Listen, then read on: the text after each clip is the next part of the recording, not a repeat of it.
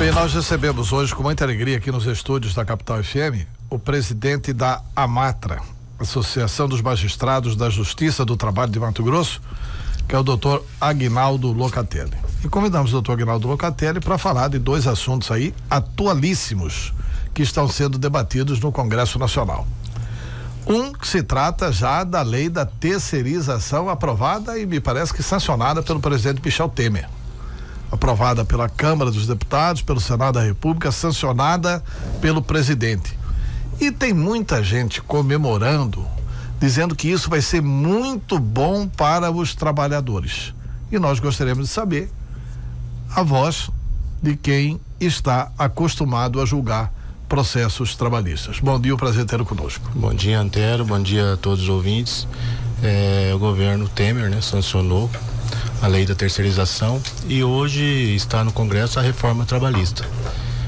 Historicamente ou estatisticamente, essa lei da terceirização, primeiramente, ela tem como objetivo, diante dessa crise econômica que o país passa, hoje somos mais de 13 milhões de desempregados, com o objetivo de criar empregos. Mas na nossa visão, a lei da terceirização, ela significa um retrocesso social. É bem verdade que ela desonera para o empregador, para o empresariado, os custos. Todavia, tem sido já comprovado pela legislação em vigor e pela terceirização já permitida da atividade meio, atividade de limpeza, vigilância, assim por diante, que os trabalhadores terceirizados ganham em média 25% a menos do seu salário. De 10 acidentes, 8 são de empresas terceirizadas. A duração do trabalho desse empregado que é vinculado à empresa terceirizada, em comparação com aquele empregado que está vinculado à empresa trabalho direto, um contrato indeterminado, a duração é menor. Para a empresa terceirizada é quase 2 anos em média, enquanto que o outro 4 anos em média. Então há um prejuízo para o trabalhador. Se esse retrocesso justifica ou vai aumentar o emprego, o tempo dirá, mas num primeiro momento e analisando estatisticamente os dados, há um retrocesso social, há um prejuízo. Os operadores de direito e as pessoas, sindicatos, as pessoas ligadas aos trabalhadores e às causas trabalhistas têm condenado veementemente a terceirização, até porque quase que exime as empresas de cumprirem com as obrigações trabalhistas quando, quer dizer, primeiro aciona a empresa que foi terceirizada. Se essa empresa não tiver patrimônio, aí sim que vai acionar. Isso vai promover um processo mais lento, o trabalhador receber seus direitos, provavelmente vai ter muitas dificuldades, serão bem maiores, não é isso? Se bem que eles afirmam que esses direitos todos estão garantidos. Os direitos trabalhistas estão todos garantidos. Essa lei, na verdade, alterou a lei do trabalho temporário, e incluiu a terceirização. A responsabilização para receber esse crédito, agora, com a empresa terceirizada, o empregador só poderá acionar ou procurar a empresa tomadora, aquela que ele presta serviço, não a terceirizada, se a empresa terceirizada não tiver bens. Aí criou a chamada, juridicamente, responsabilidade subsidiária. Primeiro busca o patrimônio da empresa terceirizada, depois da empresa principal, que seria a tomadora. Agora, há uma certa discriminação, porque benefício de saúde, de transporte, não se aplica a empresas terceirizadas. Então, o trabalhador ele terá um tratamento diferenciado, ainda que o salário possa se aproximar, mas certos benefícios, ele não terá isonomia. O sindicato, que representa aquela categoria da empresa que toma o serviço, não é o mesmo sindicato da prestadora de serviço. Então, muitos benefícios ele não tem. Então, aí é uma crítica que se faz muito, tanto para futuramente, eventualmente, receber eventuais direitos, que só poderá, no primeiro momento, ser da empresa terceirizada e não daquela que contratou a empresa terceirizada, como também essas questões de benefício, transporte, benefício de saúde. Então, há uma precarização, há um prejuízo. Mas aí, Antero e ouvintes, se esse prejuízo vai justificar o momento econômico, ao nosso ver, inclusive, não, porque diminui até a arrecadação. A contribuição previdenciária provavelmente será menor. E essa lei da terceirização, ela também possibilita que os empregadores possam, e aí já com o trabalho temporário, que também alterou o prazo, contratar uma pessoa jurídica, né? Vamos dar um exemplo. De repente, um prestador de serviço ou um vendedor poderá ser um autônomo e não um empregado direto, chamada pejotização. Já tem a quarteirização aí dos serviços, né? Isso vale para o serviço, para a empresa privada, e vale também para o serviço público? Não, para o serviço público não. Nós temos todo um regramento de contratação, de licitação. Dependerá de regulamentação. Hoje o serviço público já tem atividade de limpeza, vigilância, que já terceiriza muitos serviços. No entanto, para o serviço público ainda não, porque depende de regulamentação. Recentemente o Supremo, foi até noticiado nas mídias, escritas, faladas, que considerou inconstitucional uma lei do Estado de Mato Grosso, contratação de temporário, né? Então, com a administração pública, o tratamento é diferente, dependerá de uma regulamentação. Doutor Agnaldo, uma das grandes críticas feitas às empresas terceirizadas é que é muito recorrente, e aí o senhor vai me confirmar, dizer se sim ou não, é muito recorrente o não recolhimento de fundo de garantia, de previdência, enfim. E são empresas que, e é muito frequente também o número de empresas que abrem, funcionam por um período de menos de um ano, fecham as portas sem recolher nenhum desses encargos. Isso é recorrente, no dia a dia a gente tem constatado isso, claro, não são todas, temos empresas terceirizadas sérias, mas é comum acontecer, e o trabalhador muitas das vezes fica sem receber seus direitos mais básicos, salário, depósito, fundo de garantia, assim por diante. E essa lei ela é muito criticada, porque ela não impõe uma fiscalização direta do tomador em relação à terceirizada.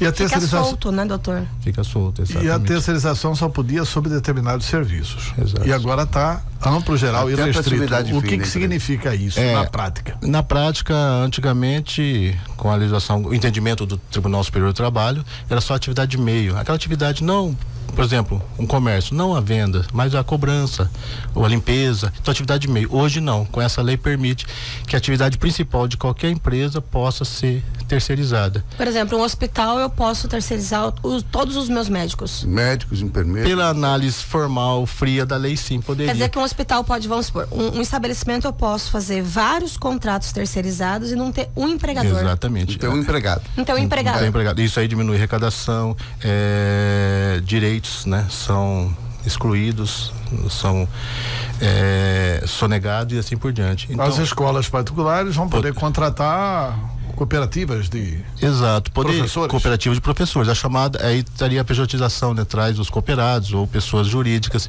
Ficaria uma empresa sem empregados. Isso é um prejuízo enorme até para o governo de arrecadação, para o trabalhador que ele poderia...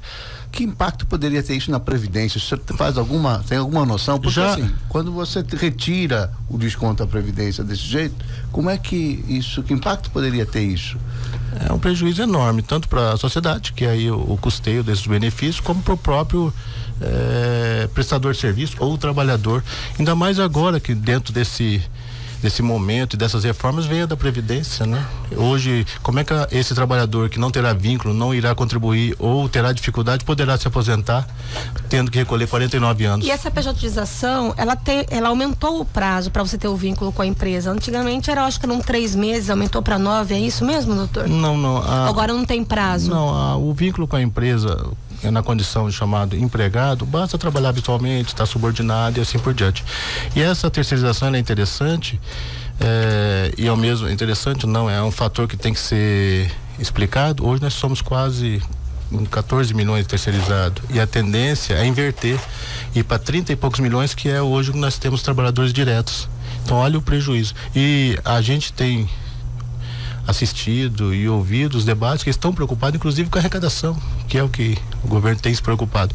Havia uma forte pressão para que o governo Temer vetasse, mas aí houve toda uma movimentação da base e dos empresariados, que acabou sancionando só com 2 vetos que não alteraram a essência. A base da Fiesp.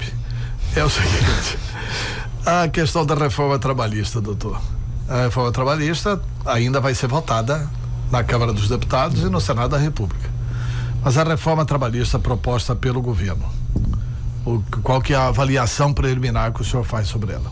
A reforma trabalhista, o ponto central dela é o negociado sobre o legislado que tem se falado, ou seja, prestigiar as convenções, o que é negociado sobre aquilo que está na lei. Na lei tem lá direito a férias, 13º salário, poderia flexibilizar isso, o empregador poderia parcelar. Então esse é o grande ponto. Mas tem uma questão importante: qualquer reforma trabalhista, ela só vai funcionar se nós tivermos uma reforma sindical séria. Nós entendemos que a flexibilização, que os atores sociais, melhor dizendo, seja sindicato ou trabalhadores, eles têm que se emancipar, têm que negociar. Todavia, só com o sindicato fortalecido, e para isso precisamos de uma reforma sindical. A partir daí, uma reforma trabalhista, ela terá grande chance de não só aperfeiçoar a relação de trabalho, como trazer melhorias para o trabalhador e para a sociedade. Mas quais são as críticas que o senhor faz ao sistema hoje, sistema sindical hoje? Quer dizer, por que o sistema sindical precisa ser reformado? Nós temos hoje a chamada contribuição sindical, o imposto sindical. Parece que isso está caindo na reforma, né? Há um forte movimento para que se reforme para não ter esse imposto. Na verdade, a contribuição sindical é um imposto. Porque o sindicato hoje ele tem essa arrecadação. Eles vão para o sindicato, para as centrais. E com isso, a crítica que se faz é que eles não defenderiam ou não fariam os movimentos no sentido de melhorar as condições dos trabalhadores. E, outro ponto, a unicidade sindical. Por categoria, hoje só pode ter um sindicato representando. Isso não permite que outros sindicatos possam defender os direitos dos trabalhadores. Qual que é o caminho, a meu ver? O senhor tira a contribuição. É a favor do pluralismo sindical? Exatamente. Isso foi um debate que nós fizemos na Constituinte, da unicidade, o pluralismo, e passou a unicidade. A pluralismo. Mas para isso é necessário que se dê um mínimo de estabilidade ao trabalhador. Mas não é melhor para o patrão o pluralismo? Por exemplo, vou dar um exemplo aqui da minha profissão, jornalista. Antigamente tinha minotipista, gráfico, etc. Então hoje não tem mais, né? Mas assim, você tem o sindicato dos jornalistas. Aí já pensou se você tivesse sindicato de redator, de repórter fotográfico, de repórter cinematográfico, de não sei o quê? Quer dizer, eles vão se fragilizando. Se eles estiverem todos juntos, não vão ficar mais fortes para a negociação? O que ocorre aquela outra linha não só tira o imposto ou a contribuição sindical e dá uma estabilidade mínima para o trabalhador. Nós tínhamos a Convenção 58 que vigorou, que só poderia dispensar o empregado por motivos técnicos e econômicos. Porque não adianta a gente ter ou acreditar ou ter ilusão que o empregado, sem ter um mínimo de estabilidade, vai chegar com o empregador: olha, vamos negociar, vamos fazer greve. Ele vai ser dispensado. Hoje a nossa legislação para dispensar é sem justa causa, não precisa motivar. Um mínimo de estabilidade da pluralidade sindical, num primeiro momento, aumentará o número de sindicatos. No segundo momento, somente aqueles que são fortes, que defendem os interesses da classe, que sobreviverão. E isso ocorre na maioria dos países desenvolvidos. Então é essa linha. Não adianta também terminar o imposto, permitir a pluralidade e não dar o mínimo de estabilidade. Aí os atores sociais, empregadores e trabalhadores, vão negociar de igual para igual. Estabelece um patamar mínimo. Que é o patamar mínimo? Não podemos, questão de salário, que é de sobrevivência, férias, 13º, isso aqui podemos flexibilizar, não podemos flexibilizar, podemos flexibilizar em determinado limite, porque é de sustento do trabalhador. A partir daqui, livre negociação, mas para isso os sindicatos fortes, através desse pluralismo e o mínimo de estabilidade para o trabalhador. Não é aquela estabilidade que a gente tinha antigamente, né? Que não poderia dispensar. Não, pode dispensar. Motivo técnico e econômico. Aí o trabalhador flexibiliza acima do patamar mínimo. Que o trabalhador precisa daquele mínimo de dignidade para sobreviver. E aí negocia. Esse é o caminho. Nesse momento eu vejo isso ainda com muita dificuldade, mas quem sabe no futuro. Se o senhor é a favor do fim da contribuição obrigatória dos sindicalizados. Que faz parte da reforma, inclusive. Exato. Com a reforma, havendo uma reforma sindical, dando essa estabilidade mínima ao trabalhador, entendemos que deve-se acabar a contribuição. Aí o trabalhador, ele contribuiria para o sindicato na condição de associado, de filiado. Então, sim, terminar a contribuição. Todavia, acreditamos ser muito difícil haver essa reforma, até mesmo porque hoje a estrutura sindical, ela está estruturada para sobreviver com a contribuição sindical. Então terá uma forte pressão no Congresso. Eu acredito Pode ser que passe, mas eu acredito ser bem difícil que passe essa reforma sindical na forma que a gente entende ser a mais acertada. Tem um alerta aqui de um ouvinte nosso, Vander Cleiton Silva, do bairro Residencial Santa Terezinha. Obrigado pela audiência, Vander Cleiton. Ele diz o seguinte: bom dia, Antero. Da forma proposta, e eu estou perguntando para o juiz, poderá correr o risco de uma empresa influenciar no posicionamento do sindicato, fazendo o trabalhador de pato, entre aspas? Bom dia, Vander Cleiton. A possibilidade de influenciar há hoje também, e sempre haverá, mas o trabalhador, ele optará por aquele sindicato que melhor o representa, e é um sindicato combativo, que representa a sua categoria, que luta por melhores condições. Então a possibilidade disso acontecer será bem menor, mas hoje o fato de ter a contribuição sindical não exime ou não impede que possa eventual empregador mal intencionado querer influenciar no sindicato de trabalhadores. Há casos, e aí são exceções, de grupo digamos, de empresas ou empregadores acaba influenciando na constituição até de um sindicato de trabalhadores. Então, quer dizer, é exceção, isso sempre vai existir, seja no sistema ou no outro. O importante é que o sindicato seja forte, organizado, e os trabalhadores associados possam cobrar do seu sindicato empenho e dedicação e seriedade.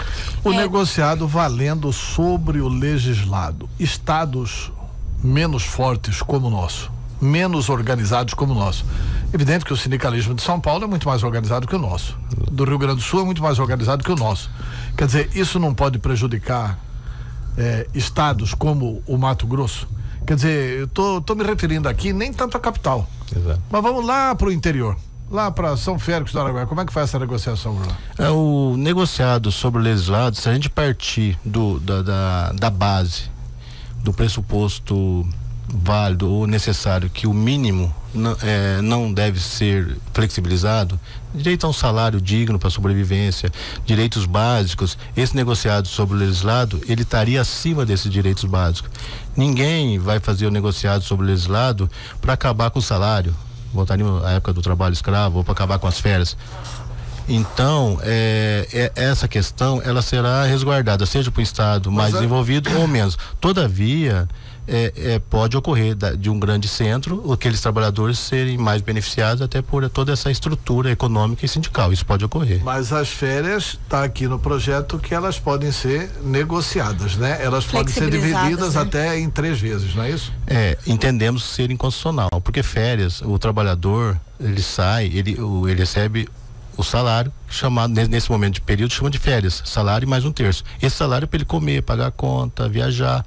Então, flexibilizar salário, seríamos como pegar o salário do mês e dividirmos em 3. Olha, eu vou te dar férias para o trabalhador viajar, só que agora esse salário que você usaria para viajar, para curtir suas férias com a família, tudo eu vou dividir em 3. Entendemos que nesse ponto, esse projeto traz uma inconstitucionalidade. 1/3 a mais, eu entendo que poderia, dependendo da dificuldade da empresa, tá em recuperação judicial, é possível. Agora, flexibilizar férias, que as férias nada mais são do que naquele mês em que o trabalhador tá para descansar salário, como é que poderíamos dividir esse salário, fracionar? Olha, eu vou te dar férias para você viajar, mas eu vou dividir esse valor em 3. Quer dizer, vai viajar só o ano que vem, se juntar dinheiro, né? Mas a conversa aí é de flexibilizar só o período, não tá conversando de flexibilizar o salário. Não, mas hoje o período, ele já é fracionado, já permite, mas é possível, o período sim, só que a questão do período é outra questão da saúde do trabalhador, ele precisa do mínimo para poder o corpo se recuperar. Acho que todo mundo, né, isso acontece comigo, a gente sai de férias, é uma semana pra gente desconectar do mundo, né? Então, fracionar muito período, o trabalhador acaba não descansando e não voltando com as baterias recarregadas, digamos assim. Dá para se falar, doutor, que essa reforma trabalhista, da forma como está proposta, ela fragiliza todo o sistema, todos os direitos propostos para o trabalhador, ou isso é uma visão muito pessimista? Eu sou contrário a visões radicais. Eu acho que não dá para defender que vai ser o caos, mas também nem que vai ser a salvação da economia, né? Como eu falei, esse ente mercado, né? Nós temos pessoas na ponta, trabalhadores que em última são os consumidores, eles que movimentam a economia. Então a reforma trabalhista, a gente entende que ela é necessária, embora também há normas modernas de teletrabalho, do transporte, que são normas, leis modernas que já foram alteradas na CLT. Então, há necessidade de uma reforma? Há. Agora, ela será totalmente prejudicial? Acreditamos que a gente pode avançar, acreditamos que a gente pode avançar nessa reforma. Então ela não é totalmente prejudicial. Agora, em muitos pontos, se não for discutido, debatido através de um discurso, de um debate transparente, poderá haver uma precarização, sim. E para isso... E que afeta até a economia, né? Até a economia, porque a economia vive a economia de mercado e aí é uma economia de consumo. Se o trabalhador ganha menos, consome menos. Eu sempre falo, chega no fim de ano, aqui no comércio, e não paga 13º para nenhum trabalhador. O comércio vai chiar, a indústria vai chiar. Então, na verdade, nós temos que ter esse equilíbrio, seja do trabalhador bem, esse bem-estar, né, econômico, ganhando melhor, ele vai consumir mais. Há que ter o equilíbrio. Agora, para isso, temos que ter audiências públicas sérias, debates sérios, transparentes. Ninguém ignora que nós estamos passando por uma crise, né? Por N motivos. Mas o debate lá está sendo meio a jato, hein? Exatamente.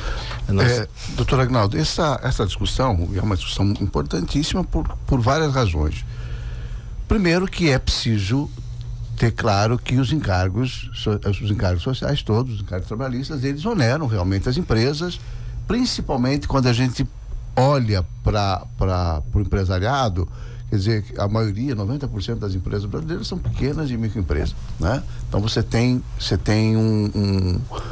uma dificuldade grave, né, no sentido de se manter todos os direitos como tais. Então a negociação acaba sendo uma alternativa para sustentar a manutenção do negócio, né? Às vezes há situações, hoje mesmo a gente vive um processo de recessão profunda.